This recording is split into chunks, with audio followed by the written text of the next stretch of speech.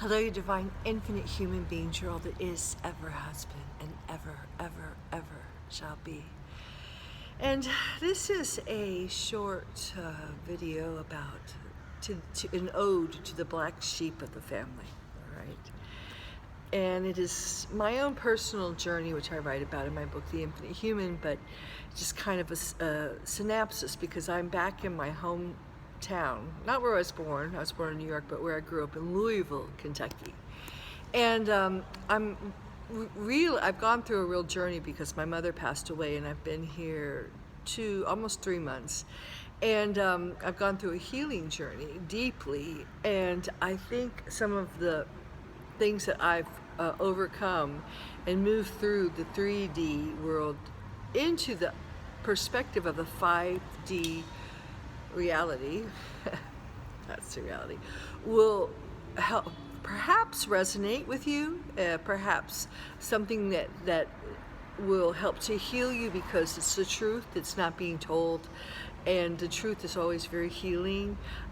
This is the unspoken elephant in the middle of the living room in most families, in most cultures, and I just want to share it. So first of all, starseed black sheeps, talking to you, we are, from very high density, great souls who have chose to incarnate here to be of service. And we've been in this time loop for eons, and we've been pretty much doing the same old.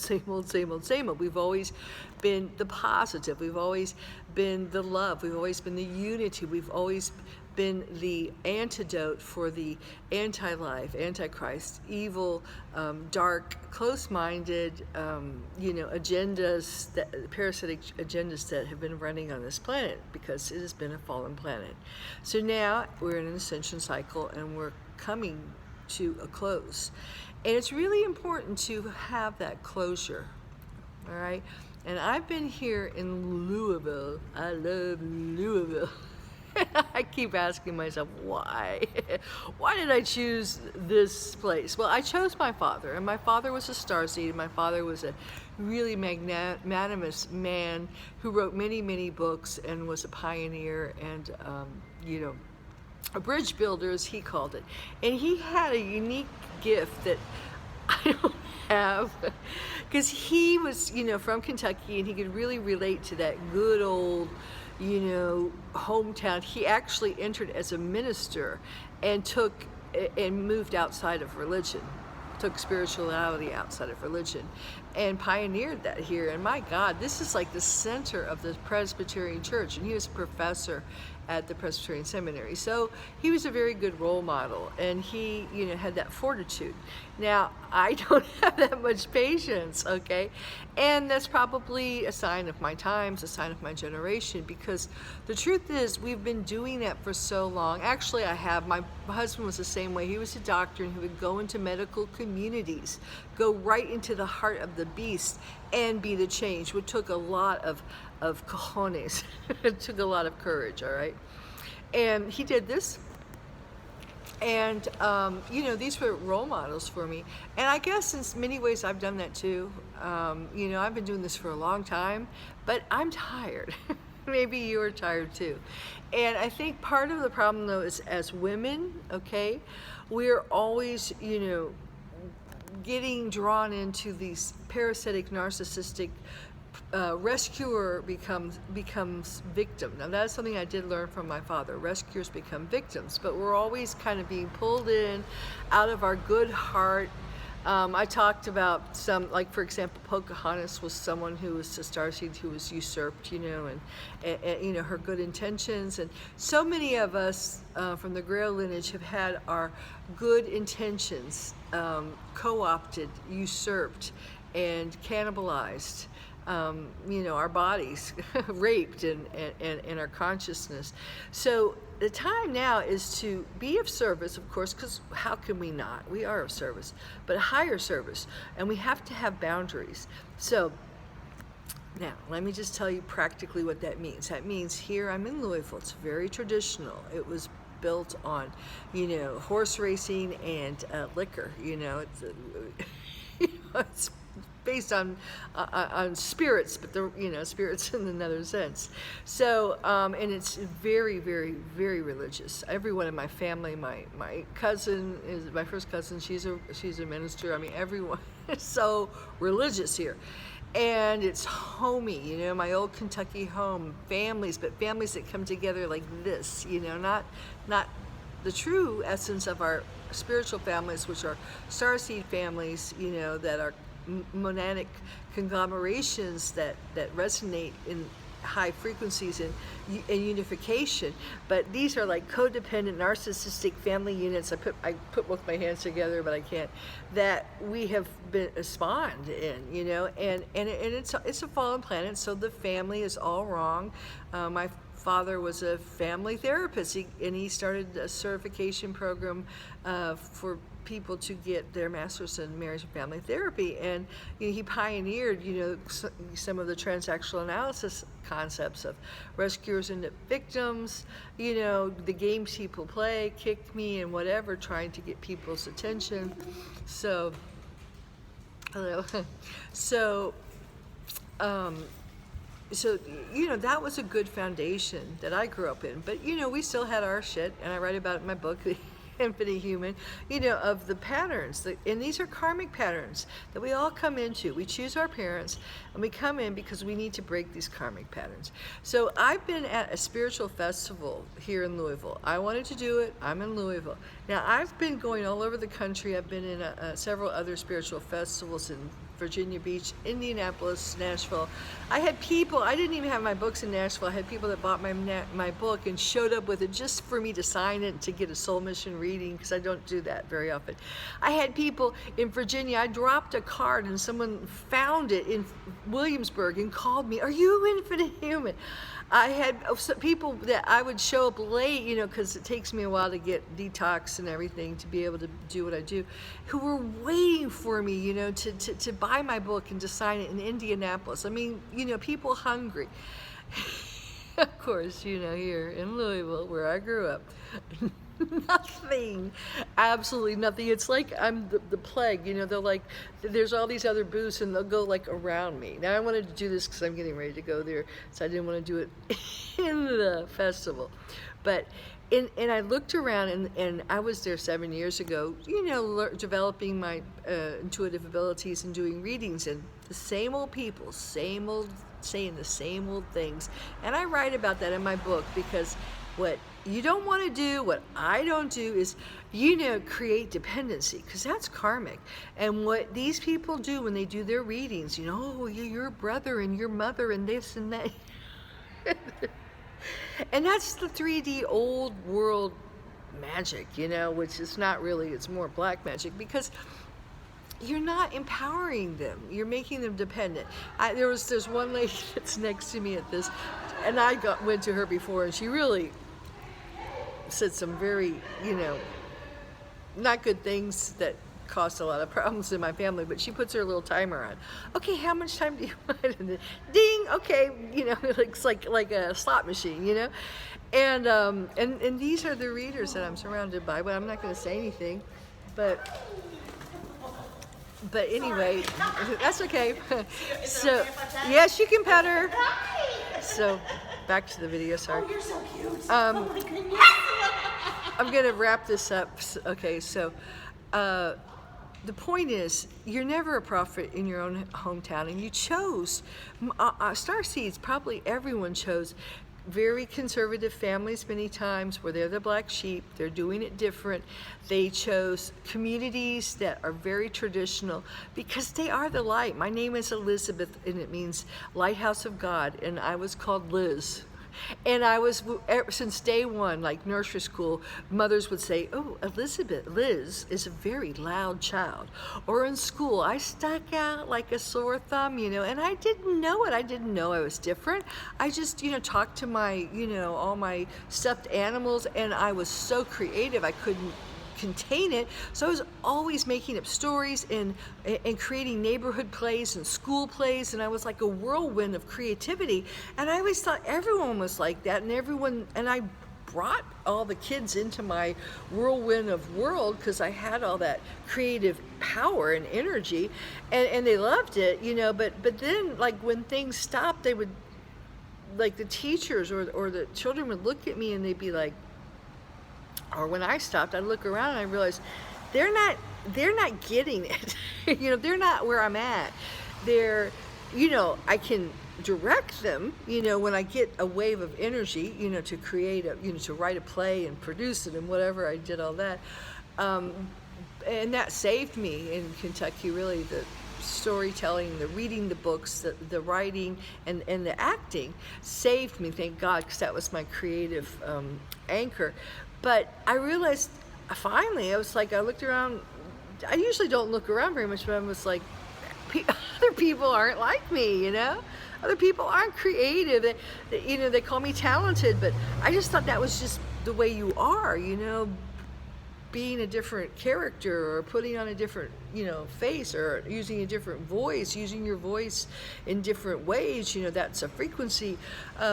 Writing stories that you download. I mean, I guess I was a phenomenon. But and what happens when you are a phenomenon, because I'm not just saying me, starseeds, you have these unique gifts and talents, which is why I do soul mission readings, to help you uncover them, because they've been snuffed out. Because you grow up thinking, there's something wrong with me, I'm not like everybody else, and everyone else looks at you either with jealousy or just with, what is this person? What is her energy? And I remember I'd go over to kids' houses or parties, and I usually wouldn't get invited back because I just didn't fit in, I didn't fit in. I didn't sit there and do the, the party games like everybody else. I mean, I couldn't contain my energy, because my energy was off the charts, and always has been, thank God. And now I use it, to as a high frequency. And in a talk the other day, some guy said, isn't that what Jesus did? I mean, the truth is, high frequencies heal people, just being in your presence when you are emitting a certain frequency. So it's a good thing. But unfortunately, most people don't like that. And it also causes healing crises a lot. It causes all their darkness to come up.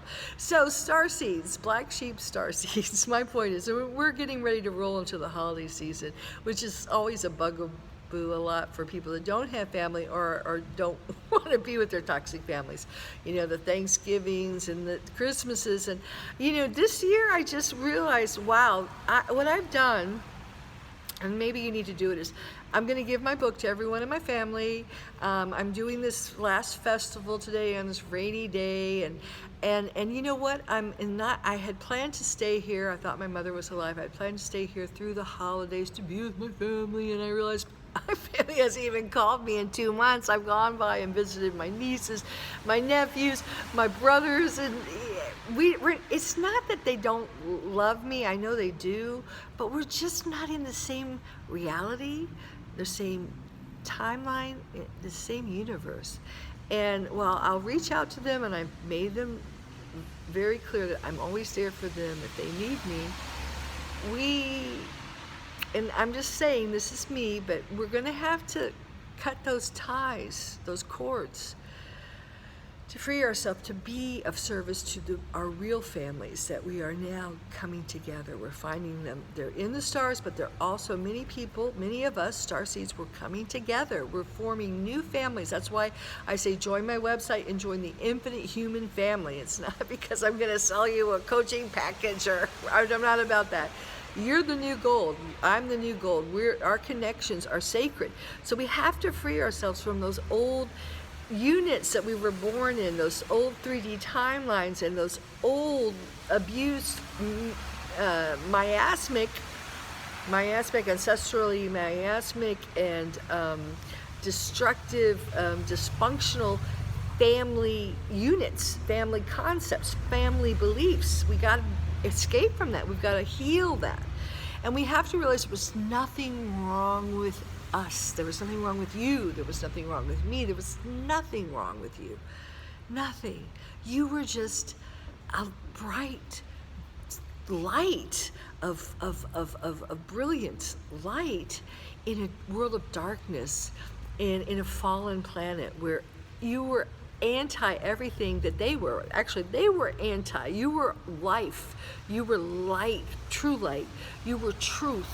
You were unity. You were love. You were everything that this parasitic fallen planet and the powers that have commanded it has tried to douse out, has tried to stop, has tried to cast out. So all the family units you grew up in, the society you grew up in, the educational structures you grew up in, the institutions that you worked to maneuver to, the work environments that you participated in, they were all anti, going in the reverse fallen systems. And your energy was all about change. So we've had to do that. Most of us know the 3D system. And now we just have to detox from it. We have to let it go. We have to, and the biggest thing for me as a woman, okay, and this many can, when I leave here, I'm going to leave the 22nd. I've decided cutaway date. The 22nd of every month is a cutaway date. And I will have given everything I can possibly give. I will give a copy of my book, which is like a manual, Ascension manual, to every member of my family. I have been available in the toxic environment, and I can't continue to do it anymore. And you know why? It's been hard in the past because people have vampired and parasited energy, from us lights, brilliant lights. But now the dark side is our best friend, and they've made it almost impossible, because I will tell you the truth now, at the end of the video, if you've stuck around, that being in these enclosed spaces, they're like conference halls or whatever, fairgrounds, you have it, with people who have been axed, who've been injected.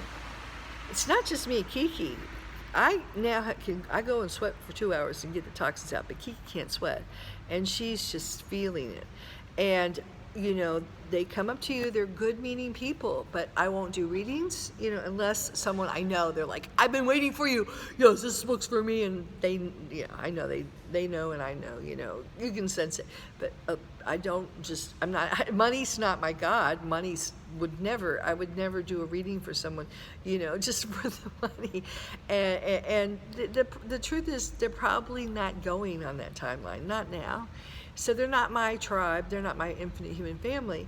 And I can't keep putting myself out there in public like that. And I think you too, who are working jobs, who are with family members constantly that have had this weaponry, it is running reverse polarities, and it's very, very draining of your energy. So when I come home at night, from one of these, I've got one more, and that's the last time I'm doing it in Cincinnati, but when I come home, I have to detox. It's very draining. I fall asleep and I've isolated everything else, and the biggest one now I'm seeing is the injected people, because they are draining our lights. So we have to, that's the motivation that we need to kick our little rear ends and to take all this love and all this that we've given and given and given, and the song, and you give yourself away. You've been giving yourself away, and they've just been, and then, it hasn't been. And so now my new decision, and just so you know, it is I only work with people, one, who have read my book and who are wanting to be the change. And if you've seen my collage of people, so I am there to support people who are there to support other people who are there to support other people who are the co-creators of the new infinite earth. I'm there to support someone who's going to do something with my energy, and then they're going to take their energy and give it to someone else who's going to do something. We need people who are going to change, who are going to create this new 5D earth on the 5D timeline. Otherwise, you're just taking your pearls before swine. You're just pouring all your love, all your energy, all your everything into, sand. And we can't keep doing that, because our energy is vital. Our light is precious. So I hope this helps you. Black sheep, go forth, cut the cords, position yourself firmly on the 5D timelines. Let the relationships go that are not feeding you. Let them go, let them go, let them go. I know that's probably the hardest thing for most of you, the hardest thing. But you're going to have to cut them away, give them everything, that one last thing, so you know you've given them everything you could possibly, I'm joking, possibly give them, and then set them loose on their beautiful own free will journey. Ciao for now.